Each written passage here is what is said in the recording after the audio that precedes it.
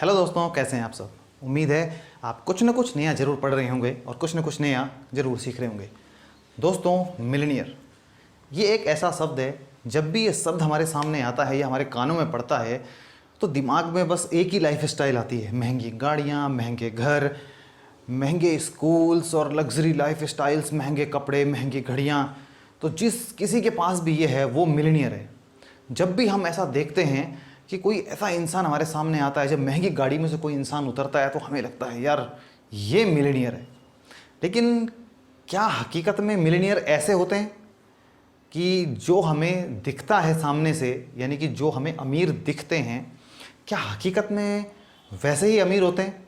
दोस्तों, इसी बात को जानने के लिए थॉमस जे स्टैनली और विलियम डी डैंको ने जब रिसर्च की तो उन्हें बड़े विचित्र परिणाम उनके सामने आए।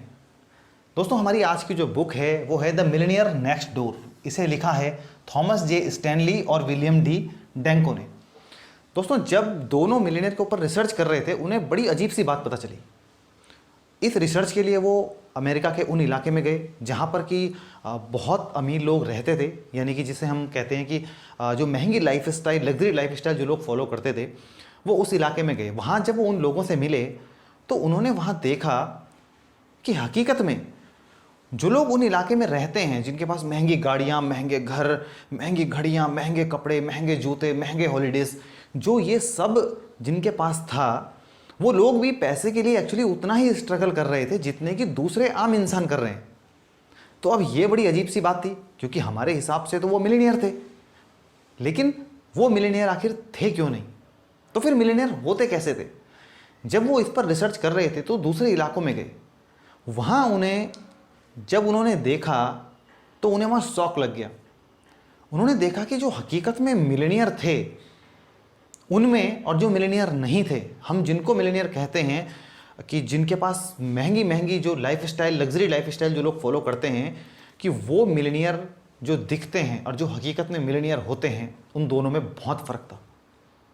तो आखिर कैसे दिखते हैं मिलेनियर, कैसे वो होते हैं, क्या वो करते हैं, क्या उनकी हैबिट्स हैं, और कैसे वो अपनी लाइफ स्टाइल को फॉलो करते हैं, कैसे उनके रिलेशंस होते हैं, वो अपने बच्चों की परवरिश कैसे करते हैं। इस पर जब उन्होंने रिसर्च की तो उसी रिसर्च को और जो चीज़ उन्होंने वहाँ से सीखी, जो चीज़ उनके सामने आई, उसी को उन्होंने एक किताब का स्वरूप दिया, और जिस बुक का नाम है द मिलेनियर नेक्स्ट डोर।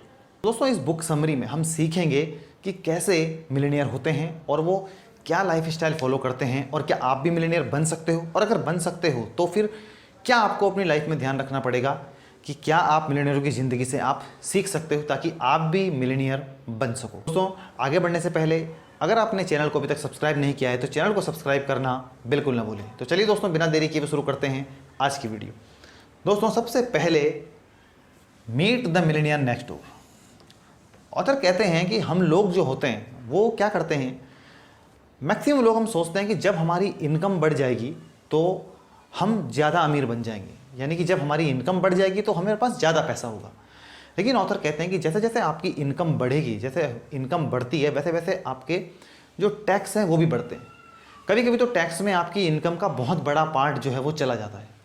तो ऑथर कहते हैं कि मिलेनियर जो लोग होते हैं वो सबसे पहले इस बात पे फोकस करते हैं कि हाउ टू सेव टैक्स, वो टैक्स को कैसे बचाएं। यानी कि टैक्स बचाना यहाँ पे आप चोरी करना नहीं है।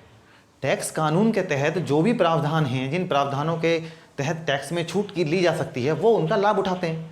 उसको मैक्सिमम लोग तो जानते ही नहीं हैं, तो वो उन लोगों से सलाह लेते हैं, वो उन एक्सपर्ट से सलाह लेते हैं जो उनको राय दे सकें कि जो टैक्स को कैसे बचाया जाए। तो मिलेनियर लोग जो मैक्सिमम होते हैं वो अपने टैक्स को बचाने पे फोकस करते हैं। उनका जो मेन फोकस होता है, जो मिलेनियर बनना चाहते हैं, जो मिलेनियर होते हैं, उनका जो मेन फोकस होता है वो होता है सेव मनी और इन्वेस्ट। वो ज़्यादा से ज़्यादा पैसे को सेव करते हैं, अपने मल्टीपल सोर्स ऑफ इनकम को वो क्रिएट करते हैं, ज़्यादा से ज़्यादा पैसा वो सेव करते हैं और उस पैसे को वो इन्वेस्ट करते हैं।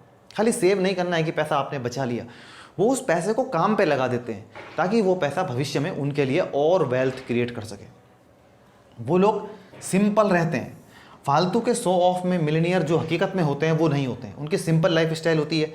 वो आपने देखा होगा सेकेंड हैंड गाड़ियाँ वो लोग यूज़ करते हैं और आपको उनको देख के लगेगा भी नहीं कि ये इंसान मिलेनियर है। और हो सकता है वो आपके ही आस पड़ोस में कोई रहते हों, लेकिन आपको पता ही ना हो कि हकीकत में वो मिलेनियर है, क्योंकि हम किसी के ड्रेसअप से, किसी के जो दिखावा होता है उससे किसी को मिलीनियर जानते हैं, लेकिन हकीकत में मिलीनियर ऐसे नहीं होते हैं। जो हकीकत में मिलीनियर होते हैं उनकी वो इतने सिंपल रहते हैं कि आप हकीकत में पहचान भी नहीं पाओगे कि वो मिलीनियर है। दोस्तों, उनका जो पूरा फोकस होता है मिलीनियर्स का, वो होता है एसेट्स बनाने पे। एसेट्स मतलब वो चीज़ें जो उनको इनकम प्रोड्यूस करके दे सकें, जैसे स्टॉक्स हो गए, उनके बॉन्ड्स हो गए, रियल एस्टेट हो गया, म्यूचुअल फंड हो गए, बहुत सारी ऐसी चीज़ें कि जो उनको इनकम दे सके। वो मैक्सिमम अपने जो है वो कोई बिजनेस है, ऐसी चीज़ें क्रिएट करने पे अपना पूरा फोकस लगाते हैं कि जो उनको इनकम क्रिएट करके दे सके, ना कि शो ऑफ करना कि मैंने महंगी गाड़ी ले ली तो मैं मिलीनियर हूँ।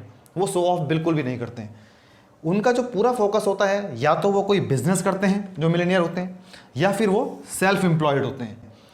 अब ऑथर कहते हैं कि 7 कॉमन फैक्टर्स हैं जो मिलीनियर्स में पाए जाते हैं। अब वो कौन कौन से होते हैं, आइए जानते हैं।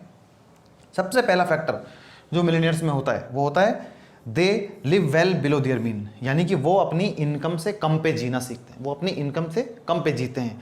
जितना उनकी इनकम है उसके एक बहुत बड़ा भाग, या जो भी वो डिसाइड करते हैं उसको वो इन्वेस्ट करते हैं हमेशा, और उनकी एक्सपेंसेस कभी भी उनकी इनकम से ज़्यादा नहीं होती। जबकि हमारी मैक्सिमम मिडिल क्लास की ये प्रॉब्लम होती है कि हमारी एक्सपेंसेस ज़्यादा होती हैं और इनकम कम होती है। तो मिलीनियर का ये बिल्कुल भी नहीं होता है, वो हमेशा अपनी इनकम से कम पे जीते हैं। दूसरा जो होता है वो होता है they allocate their time, energy and money efficiently in ways conducive to build wealth. वो लोग जो अपना टाइम है, वो पूरी जो अपनी एनर्जी है, अपने पैसे को वो वेल्थ को बिल्ड करने पे लगाते हैं। वो पूरी प्लानिंग करते हैं, और एक बार जब कोई गोल सेट कर लिया, फाइनेंशियल फ्रीडम का गोल उन्होंने सेट कर लिया, उसके बाद वो क्या करते हैं, पूरी एनर्जी, कोई मान ले सपोज करो कोई बिजनेस उन्होंने करना है, तो वो बिजनेस जो उन्होंने उसमें सक्सेस उन्होंने पानी है, तो वो उसकी पूरी प्लानिंग करते हैं और पूरी एनर्जी और मनी अपनी वहाँ लगाते हैं ताकि वहाँ उनको सक्सेस मिले, और वहाँ से वो एक ऐसा सिस्टम क्रिएट कर पाएँ जो उनको वेल्थ क्रिएट करके दे सके। नंबर 3 पे आता है, जो तीसरा फैक्टर है वो है they believe that financial independence is more important then displaying high social status. यानी कि वो लोग इस बात पे ज़्यादा विश्वास करते हैं कि फाइनेंशियल इंडिपेंडेंस ज़्यादा इंपॉर्टेंट है, फाइनेंशियल सिक्योरिटी ज़्यादा इंपॉर्टेंट है सोशल हाई स्टेटस दिखाने के बजाय। यानी कि महंगा हम ज़्यादा शो ऑफ करना चाहते हैं, महंगी गाड़ियाँ हम किसी को दिखाएं, या हम दिखाएं कि मेरे पास मेरे बच्चे बहुत महंगे स्कूल में पढ़ रहे हैं, या मेरे पास बहुत बड़ा बंगला है, मेरे पास देखो रोलेक्स की मैं घड़ियाँ पहनता हूँ, या बहुत महंगे महंगे ब्रांड के मैं कपड़े पहनता हूँ।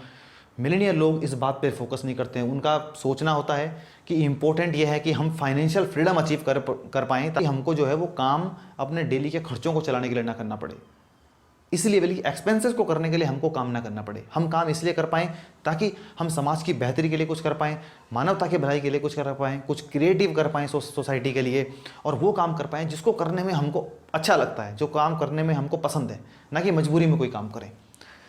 चौथा जो फैक्टर है वो है there parent did not provide economic out patient care.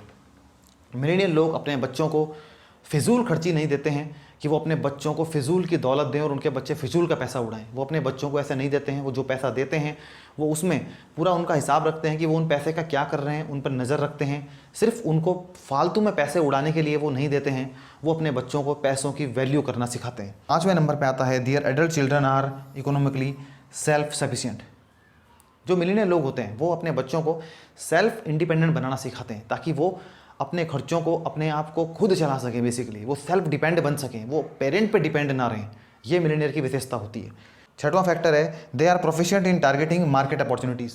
यानी कि वो लोग मार्केट में नई नई चीज़ों को, अपॉर्चुनिटीज़ को हमेशा देखते हैं कि कहाँ पे कोई अपॉर्चुनिटी ऐसी है जहाँ पर वो इन्वेस्ट कर सकें और वहाँ से वो वेल्थ क्रिएट कर सकें। कोई स्टार्टअप ऐसे हैं या कोई इन्वेस्टमेंट ऐसी है, कहाँ पर कोई ऐसी इन्वेस्टमेंट उनके सामने है, ये अपॉर्चुनिटी वो मार्केट में हमेशा देखते रहते हैं। 7वां फैक्टर है दे चूज़ द राइट ऑक्यूपेशन। यानी कि मिलीनियर लोग जो होते हैं वो उस ऑक्यूपेशन का चूज़ करते हैं, वो उस बिज़नेस को चूज़ करते हैं जो कि उनको वेल्थ क्रिएट करके दे सके, जो उनके लिए सही हो। यानी कि किसी के कहने पे उन्होंने कोई बिज़नेस चूज़ कर लिया कि भाई अगर किसी ने कहा है कि आप इसका बिज़नेस खोलो तो उन्होंने उसका बिज़नेस खोल लिया। नहीं, वो अपने हिसाब से देखते हैं, उनके हिसाब से क्या चीज़ सही है, उस बिज़नेस का वो चयन करते हैं और वहाँ से वो अपने लिए वेल्थ क्रिएट करते हैं। अब बात करते हैं कि वेल्दी की सही डेफिनेशन क्या है, यानी कि the nominal definition of a wealthy. Wealthy की डेफिनेशन आखिर हकीकत में है क्या, किसको बोलते हैं आखिर वेल्दी? तो ऑथर कहते हैं कि जब पुराने समय में क्या था कि जब बेसिकली या तो इंसान सेल्फ डिपेंडेंट होता था या फिर वो सेल्फ एम्प्लॉयड होता था। लेकिन जैसे जैसे इंडस्ट्री का रिवॉल्यूशन होता गया तो लोग जॉब के लिए बाहर निकलते गए, और जब जॉब के लिए बाहर निकलते गए, जॉब लोग करते थे तो पैसा इतना नहीं उनको जॉब में मिल रहा था बेसिकली, ताकि वो पैसे को बचा पाएँ। तो जॉब करने के अब ऑथर यहाँ पे एक चीज़ कहते हैं कि एक रिसर्च से ये बात पता चलती है कि अमेरिका में 80% लोग जो है वो जॉब करने वाले हैं और सेल्फ एम्प्लॉयड लोग जो हैं वो 20% हैं। यानी कि और उसमें भी ये है कि ये जो 20% सेल्फ एम्प्लॉयड लोग हैं ये जो हैं वो मिलीनियर्स हैं। यानी कि अब सोचो इतने बड़े देश में इतना बड़ा भाग 80% लोग जिस काम को कर रहे हैं वो काम मिलीनियर्स नहीं बना रहा है। यानी कि 20% लोग जिस काम को कर रहे हैं, जो सेल्फ एम्प्लॉयड हैं या फिर वो अपना कोई बिजनेस करते हैं, वो लोग मिलीनियर्स बन रहे हैं। तो सोचो जॉब आपको कहाँ लेके जा रही है। तो दोस्तों अगर वेल्दी की बात की जाए तो जो मेन वेल्दी है वो जाना जाता है उसकी नेटवर्थ से। अब वेल्दी की जब बात की जाए तो वेल्दी किसको आप वेल्दी बोलोगे? उसके पास कितने इनकम प्रोड्यूसिंग एसेट्स हैं, यानी कि कितने उसके एसेट्स ऐसे हैं जहाँ से उसके पास पैसा आता है, उसकी इन्वेस्टमेंट्स कितनी हैं, उसके पास स्टॉक्स कितने हैं, बॉन्ड्स कितने हैं, उसकी साइड इनकम कितनी आती है, कितने सोर्स ऑफ इनकम है उसके पास। तो ये टोटल डिपेंड करता है। इन सब को देखने के बाद तब पता चलता है कि वो वेल्दी है या नहीं है। वेल्दी लोगों की एक और विशेषता होती है कि उनका जो है पैसा उनके लिए काम करता है, क्योंकि वो इतनी एसेट्स अपने लिए क्रिएट कर लेते हैं कि उनकी एसेट्स और जो दूसरे उनके साइड बिजनेस होते हैं वो उनको पैसा दे रहे होते हैं, तो उनका पैसा उनके लिए काम कर रहा होता है। वो उस पैसे को आगे और इन्वेस्टमेंट में लगाते हैं, तो उनका पैसा उनके लिए काम करता है, वो पैसे के लिए काम नहीं करते हैं। अब नेटवर्थ कैसे पता लगेगी? हमने अभी कहा कि जो वेल्दी आदमी है वो पता चलता है उसकी नेटवर्थ से कि उसकी नेटवर्थ कितनी है, इससे पता चलता है कोई वेल्दी है। महंगी गाड़ियाँ, महंगे घर, बड़ी बड़ी शौक से होने से कोई वेल्दी का पता नहीं चलता है। वेल्दी का पता चलता है नेटवर्थ कितनी है। नेटवर्थ के लिए ऑथर कहते हैं कि एसेट्स में से आपकी लाइबिलिटीज़ को, यानी कि जो टोटल आपके एसेट्स हैं जहाँ से आपकी इनकम आती है, और टोटल जो चीज़ें हैं आपके, टोटल बिजनेस है या जो भी सामान आपके पास है, उन सब की जो वेल्थ है, उन सब की जो कॉस्ट है, वो उसमें से जब लाइबिलिटीज़ मतलब जितना आपके पास डेट है, जितना कर्जा आपके पास है, उस सब को माइनस कर दिया जाए तो जो आएगा वो होगा आपका नेटवर्थ। आप अपनी एज के अकॉर्डिंग और इनकम के अकॉर्डिंग भी नेटवर्थ निकाल सकते हो। इसके लिए आपको क्या करना पड़ेगा, जो आपकी टोटल एनुअल इनकम है, यानी कि जो आपकी, एक तो सपोज करो आपको सैलरी से इनकम आ रही है, प्लस जो आपकी एसेट्स से इनकम आ रही है, यानी कि जो आपने एसेट्स क्रिएट की हुई हैं वो आपको पैसा दे रही हैं, तो उसकी टोटल इनकम उसको मल्टीप्लाई कर दो आपकी एज से, और जो भी आए उसको 10 से आपको डिवाइड करना है। सपोज करो आपकी जो सैलरी है वो 15 लाख रुपीज़ जो है वो साल की है, तो 15 लाख रुपीज़ साल की आपकी सैलरी है, प्लस जो है वो 1 लाख रुपीज़ जो है वो आपका किससे आता है, वो आता है एसेट से। तो टोटल आपकी इनकम हो गई 16 लाख रुपीज़। 16 लाख को मल्टीप्लाई करो 30 से, तो जो आपका टोटल आएगा वो आएगा 4 करोड़ 80 लाख रुपए, और इसको आपको जो है वो अब डिवाइड करना है 10 से, तो जो अब आया वो आया 48 लाख रुपए। तो यानी कि यही है आपकी नेटवर्थ। आपकी एज के अकॉर्डिंग इतनी अगर आपकी इनकम है, ये अगर आपकी एज है, और ये आपकी नेटवर्थ जो है वो है आज की डेट में। तो जो नेटवर्थ बेसिकली आपकी है यही डिसाइड करती है कि आप लोग वेल्दी हैं या नहीं। अब नेक्स्ट नंबर आता है, तीसरा नंबर है, वो है फ्रूगल फ्रूगल फ्रूगल। जो मिलियनियर लोग होते हैं वो फ्रूगल होते हैं बेसिकली, यानी कि वो कम खर्चीले होते हैं। अब हम ये नहीं कहते कि वो कंजूस होते हैं, वो कंजूस नहीं, वो कम खर्चीले होते हैं। हम लोग क्या करते हैं, हम लोग बहुत शो ऑफ करते हैं, हम शो ऑफ पे पैसे खर्च करते हैं और फालतू की चीज़ों पे पैसे खर्च करते हैं सिर्फ दूसरों को दिखाने के लिए, जबकि मिलियनियर लोग ऐसा नहीं करते हैं। वो सिर्फ अपनी ज़रूरतों की चीज़ें खरीदते हैं और जो पैसा उनका बचता है उस पैसे को वो इन्वेस्ट करते हैं। उनका पूरा फोकस इस बात पर होता है, save money, create multiple source of income and investment. इस पर उनका जो है वो पूरा फोकस होता है। अब जब ऑथर कहते हैं, जब वेल्थ एक्युमुलेशन की बात आती है तो 3 प्रकार के लोग होते हैं। नंबर 1 होते हैं PAW, यानी कि प्रोडिजियस एक्युमुलेटर ऑफ वेल्थ। ये वो लोग होते हैं कि जो ज़्यादा पैसा सेव करते हैं अपनी इनकम के मुकाबले, यानी कि जिनकी मल्टीपल सोर्स ऑफ इनकम भी होती हैं और उसमें से वो बहुत ज़्यादा पैसा सेव करते हैं, ये उन लोगों में से आते हैं। दूसरे नंबर पर आते हैं UAW, यानी कि अंडर एक्युमुलेटर ऑफ वेल्थ। इनके खर्चे इनकी इनकम से ज़्यादा होते हैं। तीसरे नंबर पर आता है AAW, यानी कि एवरेज एक्युमुलेटर ऑफ वेल्थ, यानी कि इनके खर्चों में और इनकम में अप एंड डाउन चलता रहता है, तो इनको कहते हैं एवरेज एक्युमुलेटर ऑफ वेल्थ। तो ऑथर कहते हैं जो PAW वाले लोग होते हैं, यानी कि प्रोडिजियस एक्युमुलेटर ऑफ वेल्थ जो होते हैं, उनको बहुत मज़ा आता है एसेट्स बनाने में। वो मैक्सिमम जो अपना फोकस उनका पूरा रहता है वो एसेट्स बनाने के ऊपर होता है कि कहाँ से वो इतनी एसेट्स क्रिएट कर सकें कि जो एसेट्स उनके लिए काम कर सके, जो एसेट्स उनको इनकम जनरेट करके दे सके और वो उस इनकम को वापस इन्वेस्ट कर सकें। उनका पूरा फोकस इस बात में होता है। तो जो मिलियनियर लोग होते हैं वो अपना पूरा फोकस करते हैं बजटिंग पर, अपना वो एक्सपेंसेस को पूरे कंट्रोल में रखते हैं, बजट बनाते हैं प्रॉपर कि कहाँ उनको कितना पैसा खर्च करना है और उसी बजट के वो अकॉर्डिंग चलते हैं। और एक बार जब वो चीज़ डिसाइड कर लेते हैं तो फिर वो सेल्फ डिसिप्लिन उसमें फॉलो करते हैं, क्योंकि कोई भी चीज़ तब तक आप उसमें कामयाब नहीं हो सकते जब तक कि सेल्फ डिसिप्लिन आपके पास नहीं है। तो वो पूरे डिसिप्लिन के साथ में उसमें चलते हैं जब वो एक बार अपने बजट को बना लेते हैं। फालतू पैसा वो बिल्कुल भी खर्च नहीं करते हैं, शो ऑफ में वो बिल्कुल भी पैसा खर्च नहीं करते हैं। अब बात करते हैं टाइम, एनर्जी एंड मनी। जो मिलियनेयर लोग होते हैं वो अपना जो मैक्सिमम टाइम है वो खर्च करते हैं प्लानिंग के ऊपर। तो वो एक टाइम में वो एक ही काम करते हैं, ओवरबर्डन नहीं होते हैं वो लोग। वो पूरी इन्वेस्टमेंट की प्लानिंग करते हैं और सीखते हैं कि कैसे कहाँ वो इन्वेस्ट कर सकें, नई नई इन्वेस्टमेंट कहाँ कर सकें। वो लोगों को हायर करते हैं, उन लोगों को जो उनको इन्वेस्टमेंट की सलाह दे सकें। तो वो जब पूरी ये प्लानिंग एक बार कर लेते हैं तो उसके बाद अपनी पूरी एनर्जी और टाइम, एनर्जी है, मनी है, टाइम है, वो अपना वहाँ उसको लगाते हैं। वो फालतू चीज़ों में अपना टाइम खर्च नहीं करते कि सोशल मीडिया में या एंटरटेनमेंट में वो घंटों अपने बिता देते हैं। उनके हिसाब से उनका एक एक सेकंड जो है वो बहुत कीमती है। तो वो पूरी अपने गोल को अचीव करने में जो है वो मिलियनेयर लोग उसी चीज़ में अपना फोकस करते हैं बेसिकली वो। तो दूसरी बात ये है कि फाइनेंशियल प्लानिंग वो लोग करते हैं।